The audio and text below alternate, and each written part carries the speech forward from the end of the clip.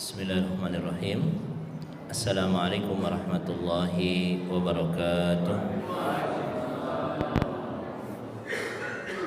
Alhamdulillahi ghafiri dhanbi wa qabili tawbi syadidil iqabi dhit tawli la ilaha illa huwa ilaihil masir. Ashhadu an la ilaha illallah wahdahu la syarika lah wa ashhadu anna Muhammadan abduhu wa rasuluhu la nabiyya ba'dah. Allahumma salli wa sallim wa barik ala sayyidina Muhammadin wa ala alihi wa ashabihi wa man tabi'ahu bi ihsanin ila yaumiddin. Amma ba'd. Subhanaka la ilma lana illa ma 'allamtana innaka antal alimul hakim. Allahumma inna nas'aluka ilman nafi'a wa rizqan thayyiban wa 'amalan mutaqabbala. Allahumma inna nas'aluka al-huda wat tuqa wal afafa wal ghina. Allahumma inna nas'aluka khaira hadzal yawm wa khaira ma fihi wa khaira ma qablahu wa khaira ma ba'dahu wa na'udzubika min syarri hadzal yawm wa syarri ma fihi wa syarri ma qablahu wa syarri ma ba'dahu. Allahumma inna nas'aluka khaira hadzal yawm fathahu wa nasrahu wa nurahu wa barakatahu wa hudahu wa na'udzubika min syarri ma fihi wa syarri ma ba'dahu. Yang saya hormati Ketua beserta seluruh jajaran pengurus Masjid Nurul Ikhwan, yang saya hormati imam beserta asatidz yang ada di lingkungan Masjid Nurul Ikhwan, yang saya hormati para orang tua, para penasehat, pembina di lingkungan Masjid Nurul Ikhwan, yang saya hormati para bapak-bapak, ibu-ibu, jamaah salat subuh yang dirahmati Allah Subhanahu wa taala. Alhamdulillah, di hari yang ke-16 tidak terasa perjalanan Ramadan begitu sangat cepat. Apakah kecepatan perguliran waktu ini kita iringi dengan kecepatan amal, ya, sehingga kita bisa memaksimalkan detik demi detik waktu yang terlewat di bulan Ramadan, ya. Jawabannya semua ada di dalam diri kita masing-masing. Semoga kita termasuk hamba-hamba Allah yang Allah berikan taufik dan hidayah untuk bisa mengisi waktu-waktu yang mulia di bulan Ramadan ini. Salawat dan salam tak lupa kita aturkan ke junjungan alam Nabi besar Muhammad sallallahu alaihi wasallam. Bapak Ibu sekalian, pagi hari ini saya akan menyampaikan satu materi yang pernah saya sampaikan di sini juga, tapi sekian lama. Ini untuk mengingatkan kita untuk menjadi satu amalan, yaitu bagaimana meraih salawatnya Allah dan salawatnya para malaikat. Ini sebagian sudah mendapatkan sebagai pengingat yang sudah mendapatkannya, dan sebagai penambah pengetahuan bagi yang belum mendapatkannya. Jemaah sekalian dirahmati Allah, ketika kita mendengar kalimat salawat, ya, itu yang terbetik di kepala kita itu adalah selawat kepada Nabi Muhammad sallallahu alaihi wasallam. Itu sesuatu yang benar, ya, sesuatu yang tidak salah. Tetapi makna salawat ketika disambung dengan kalimat ala, ya, as-salatu ala, ya, itu memiliki tiga makna. Kalau as-salatu li itu hanya untuk Allah, ya, inna salati wa nusuki wa mahyaya wa mamati lillahi rabbil alamin. Ini kalau kalimat salat disambungkan dengan huruf li, lam kasrah. Tetapi ketika as-salatu ala, as-salat ditambah dengan ala, itu memiliki tiga makna. Yang pertama, salatullah alal abdi, salawatnya Allah kepada seorang hamba. Maknanya adalah rahmat dan pujian Allah kepada hamba tersebut. Yang kedua, salatul malaikati alal abdi, salawatnya para malaikat kepada seorang hamba. Maknanya al-istighfaru lahum, permohonan ampun dari malaikat kepada Allah untuk orang-orang beriman. Yang ketiga, salawatul abdi atau salatul abdi alal abdi, selawatnya seorang hamba kepada hamba yang lain. Itu maknanya doa. Itu maknanya doa. Dalil yang pertama, bahwa Allah Subhanahu wa taala berselawat kepada seorang hamba, yang artinya adalah Allah menurunkan rahmat dan memberikan pujian kepada hamba itu, ada dalam surah Al-Ahzab di ayat yang ke-43. Di situ Allah Subhanahu wa taala berfirman, a'udzubillahi minasyaitonirrajim, huwallazi yusalli 'alaikum wa malaikatuhu liyukhrijakum minadh dhulumati ilan nur wa kana bil mu'minina rahima. Dialah Allah yang berselawat kepada kalian, dan juga para malaikatnya berselawat kepada kalian, liyukhrijakum minadh dhulumati ilan nur, untuk mengeluarkan kalian dari kegelapan menuju cahaya. Wa kana bil mu'minina rahima, dan Allah kepada orang beriman sangat sayang. Ya. Allah kepada orang beriman sangat sayang. Ini makna salawat yang pertama, salawatnya Allah kepada seorang hamba. Yang kedua, salawatnya malaikat kepada seorang hamba, yaitu permohonan ampunan malaikat kepada Allah untuk orang-orang beriman. Salah satu tugas malaikat, Bapak Ibu sekalian, itu adalah memintakan ampun kepada Allah untuk orang-orang beriman. Hal itu Allah ungkapkan dalam surah Ghafir ayat yang ke-7. Ini surah Ghafir dari ayat 7, 8, 9, 10. Nanti Bapak-bapak dan Ibu sekalian lihat di rumah atau nanti setelah pengajian. Itu adalah doa-doa malaikat untuk orang-orang beriman dan keluarganya orang-orang beriman. Allah ungkapkan dalam firman-Nya, silakan yang bawa HP bisa dibuka, surah Ghafir ayat yang ke-7. A'udzubillahi minasyaitonirrajim. Alladzina yahmiluna al-'arsya wa man haulahu yusabbihuna bihamdi rabbihim wa yu'minuna bihi wa yastaghfiruna lilladzina amanu. Rabbana wasi'ta kulla syai'in rahmatan wa 'ilma faghfir lilladzina tabu wattaba'u sabilaka wa qihim adzabal jahim. Malaikat-malaikat pemikul arsy dan yang di sekitarnya, ya, aktivitasnya yusabbihuna bihamdi rabbihim, mereka terus bertasbih kepada Allah, wa yu'minuna bihi, mereka beriman kepada Allah, wa yastaghfiruna lilladzina amanu, dan mereka terus meminta ampun kepada Allah untuk orang-orang beriman. Apa doa mereka? Rabbana wasi'ta kulla syai'in rahmatan wa 'ilma faghfir lilladzina tabu wattaba'u sabilaka wa qihim adzabal jahim. Ya Allah, sesungguhnya rahmat dan ilmumu mencakup segala sesuatu, maka berikan ampun kepada orang-orang yang bertaubat dan orang-orang yang mengikuti jalanmu, melaksanakan perintah Allah dan menjauhi larangannya. Waqihim azabal jahim, dan lindungi mereka dari neraka jahim. Ya. Ini adalah satu informasi dari Allah Subhanahu wa taala bahwa malaikat pemikul arsy dan malaikat yang ada di sekitarnya itu sepanjang waktu bertasbih, beriman kepada Allah dan memintakan ampun kepada Allah untuk orang-orang beriman. Masya Allah. Ini mahalnya iman jamaah sekalian, sampai-sampai Allah mengoperate malaikat itu, menggunakan malaikat itu untuk memintakan ampun untuk kepentingan orang-orang beriman.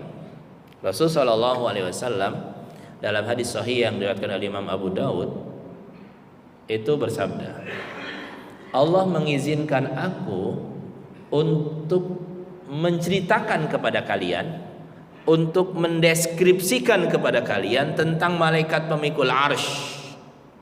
Seperti apa besarnya malaikat pemikul arsy nih. Dan ini untuk menunjukkan azamatul arsy, untuk menunjukkan keagungan arsy. Kata Rasulullah SAW, Rasulullah bicara tentang salah satu bagian tubuhnya malaikat pemikul arsy. ma baina syahmati udhunaihi wa atikihi masiratu sab'umi'ata amin. Antara daun telinganya dengan pundaknya perjalanan 700 tahun. Allahu Akbar. Segini nih Pak, Bu. Kalau kita pakai tangan kita di tubuh kita segini. Perjalanan 700 tahun. Bagaimana dengan sayapnya? Bagaimana dengan anggota tubuhnya yang lain? Ya, alam semesta ini besar. Saya kan pernah sampaikan juga di sini. NASA itu pernah menghitung besarnya bumi dengan matahari. Ternyata matahari besarnya itu 1.300.000 kali lipat. Besarnya matahari dibanding bumi. Kemudian NASA menzoom matahari. Ternyata matahari itu hanya setitik di kegelapan alam semesta. Setelah di zoom oleh NASA, muncul benda-benda yang sebesar matahari yang kemudian berkumpul menjadi galaksi baru, ya, yang jumlahnya tidak bisa dihitung. Di zoom lagi oleh NASA, ternyata galaksi yang merupakan kumpulan benda daripada matahari yang sebesar matahari itu hanya setitik di kegelapan alam semesta. Jadi kita ini, ya, kita ini hanya serpihan di alam semesta ini, nothing gitu ya. Tetapi Allah Subhanahu wa Ta'ala memuliakan kita dengan menggunakan malaikat itu untuk minta ampun kepada Allah untuk orang-orang beriman. Ini nilai iman jemaah sekalian, lebih besar daripada nilai alam semesta ini. Sampai makhluk yang sebesar itu dipakai sama Allah untuk memintakan ampun untuk orang-orang beriman. Ya. Yang ketiga, salawatnya seorang hamba kepada hamba yang lain, yaitu doa. Sebagaimana firman Allah di dalam surah At-Taubah di ayat yang ke-103. Allah Subhanahu wa Ta'ala berfirman ketika bicara tentang zakat. Ya, ini kan kita akan menerima zakat nih dari orang-orang yang akan berzakat. Apakah zakat fitrah ataukah zakat harta? Allah berfirman, A'udzubillahi minasyaitonir rajim. Khudh min amwalihim shadaqatan tutahhiruhum wa tuzakkihim biha wa shalli 'alaihim inna salataka sakanul lahum wallahu sami'un alim. Ambillah dari sebagian harta mereka zakat-zakatnya, tutahhiruhum wa tuzakkihim biha, untuk mensucikan harta mereka dan mensucikan jiwa-jiwa mereka. Wassalli alaihim, setelah mereka bayar zakat, doakan mereka. Kalimat ini Pak, wassalli alaihim, doakan mereka. Allah tidak menggunakan kalimat ud'u lahum, tetapi Allah menggunakan kalimat wassalli alaihim, doakan mereka. Inna salataka sakanul lahum, sesungguhnya doa mereka, doa kalian untuk mereka, ya, doa kamu untuk mereka, kata Allah Subhanahu wa Ta'ala kepada Nabi Muhammad, sakanul lahum, satu ketenangan dan kesenangan dan kebahagiaan bagi orang yang mengeluarkan zakat. Ya. Jadi ketika kita menerima zakat, itu kan ada doanya, ya kan? Ajarakallahu fima a'taita wa barakallahu fima abqaita wa ja'alahu Allahu laka tahura. Semoga Allah memberikan pahala atas apa yang kau berikan. Semoga Allah memberkahi sisa dari harta yang kau miliki, dan semoga zakat ini menjadi sarana untuk membersihkan hartamu dan jiwamu. Ya. Jadi mendoakan saudara kita ini juga sesuatu yang mulia jamaah sekalian. Seseorang ketika mendoakan saudaranya, ini ada malaikat yang mendampinginya. Ada malaikat yang mendampinginya. Kata Rasul sallallahu alaihi wasallam, da'watul mar'il muslim li akhihi bi zahril ghaibi mustajabah. Doa seorang muslim kepada saudaranya tanpa diketahui oleh orang yang didoakan, ya, tanpa diketahui oleh orang yang kita doakan, mustajabah. Doa itu mustajab. cepat naik ke atas. Wa inda ra'sihi malakun muwakkalun, dan di sisi kepala kita yang lagi mendoakan saudara kita ini ada malaikat yang mendampingi kita. Setiap kali kita berdoa, ya Allah panjangkan umur Pak Muiz, ya Allah sehatkan badannya Pak Muiz, ya Allah berangkatkan haji Pak Muiz, ya Allah. Ya, amin. Ya. Itu Pak sekalian, itu ada malaikat. Kata Rasul sallallahu alaihi wasallam, di sisi kita ada malaikat dan malaikat itu berkata, amin. Walaka bimislin, untukmu seperti apa yang engkau doakan untuk saudaramu. Jadi setiap kali kita berdoa, Allahumma ighfir lil mu'minin wal mu'minat wal muslimina wal muslimat al ahya minhum wal amwat. Ya Allah ampunilah saudara kami orang-orang muslim yang masih hidup maupun yang sudah meninggal. Ya. Itu malaikat di samping kita ngaminin. Amin.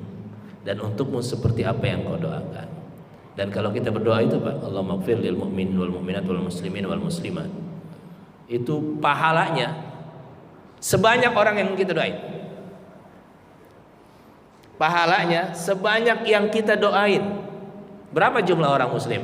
Berapa jumlah orang mukmin yang masih hidup dan sudah meninggal? Enggak tahu kita jumlahnya berapa. Dan mukmin muslim ini bukan cuma dari zaman Nabi Muhammad, dari zaman Nabi Adam yang beriman, yang muslim kepada Allah, itu kena doa itu. Maka setiap sholat jemaah sekalian, jangan tinggalkan doa ini. Ini termasuk doa yang pahalanya miliaran. Ya, pahala miliaran ini doa ini. Dan setiap kali kita berdoa, ada malaikat yang mendampingi kita. Ya, Imam Ahmad bin Hambal itu setiap malam itu mendoakan 100 teman-temannya. 100 orang. Anaknya Imam Ahmad cerita, ayahku setiap malam mendoakan teman-temannya. Disebut satu-satu. Ya, Allahumma ighfir Pak Azlan gitu ya. Allahumma ighfir Pak Yuda, Allahumma ighfir Ustaz Bakri, Allahumma ighfir Pak Toto, disebutin satu-satu. Imam Ahmad. Karena kembalinya ke kita. Konten itu ya langsung dibalas sama Allah dengan diturunkannya malaikat mendampingi kita. Nah, jemaah sekalian, kembali ke poin. Jadi makna salawat itu 3. Salawatnya Allah artinya Allah menurunkan rahmat dan pujian kepada hamba itu. Salawatnya malaikat artinya malaikat meminta ampun kepada Allah untuk hamba-hamba itu. Dan salawatnya kita seorang muslim kepada saudaranya yang muslim yang lain itu artinya doa. Jemaah sekalian, kita bicara poin yang kedua. Yang 2 saja. Salawat malaikat dan salawatnya Allah. Apakah kita ingin mendapatkan salawatnya Allah dan salawatnya malaikat? Pasti. Apa amalan yang bisa kita lakukan sehingga kita bisa dan layak serta pantas mendapatkan salawatnya Allah dan salawatnya malaikat? Yang pertama, alladzina yu'allimuna an-nasa al-khaira. Orang yang mendapatkan salawatnya Allah dan salawatnya malaikat adalah orang yang mengajarkan kebaikan kepada orang lain. Ada yang komen, enak ustadz lah, ustadz hari-hari ngajarin orang. Enggak mesti ustadz. Kita sebagai orang tua, sebagai ayah, sebagai bunda di rumah, kalau sehari-hari kita mengajarkan kebaikan kepada anak-anak kita termasuk kategori ini. Ibu-ibu di rumah, nah ayo ngaji nak, nah ayo belajar, ayo sholat. Seruan-seruan ini adalah seruan-seruan kebaikan kepada anak-anak kita. Dan hari-hari kerjaan orang tua salah satunya ini yang wajib, mengingatkan anak-anaknya untuk melakukan kebaikan-kebaikan, berakhlak baik, beradab, ya, kemudian memiliki sikap-sikap yang baik. Ini adalah pola didik yang kita bangun di rumah kita masing-masing. Kalau sehari-hari kita melakukan itu di rumah kita kita sudah termasuk orang-orang yang akan mendapatkan salawatnya Allah dan para malaikat. Bukan cuma salawatnya Allah dan para malaikat, kata Rasulullah SAW, innallaha wa malaikatahu wa ahla samawati wal ardi hatta namlata fi juhriha wa hatta al-huta la yusalluna ala muallimin nasi al-khaira. Sesungguhnya Allah, para malaikatnya, penduduk langit, penduduk bumi, sampai semut yang ada di lubang-lubang, sampai ikan yang ada di dasar lautan, la yusalluna ala muallimin nasi al-khaira. Mereka, ya Allah, malaikat, penduduk langit, penduduk bumi, sampai semut, sampai ikan, itu berselawat kepada orang-orang yang mengajarkan kebaikan kepada orang lain.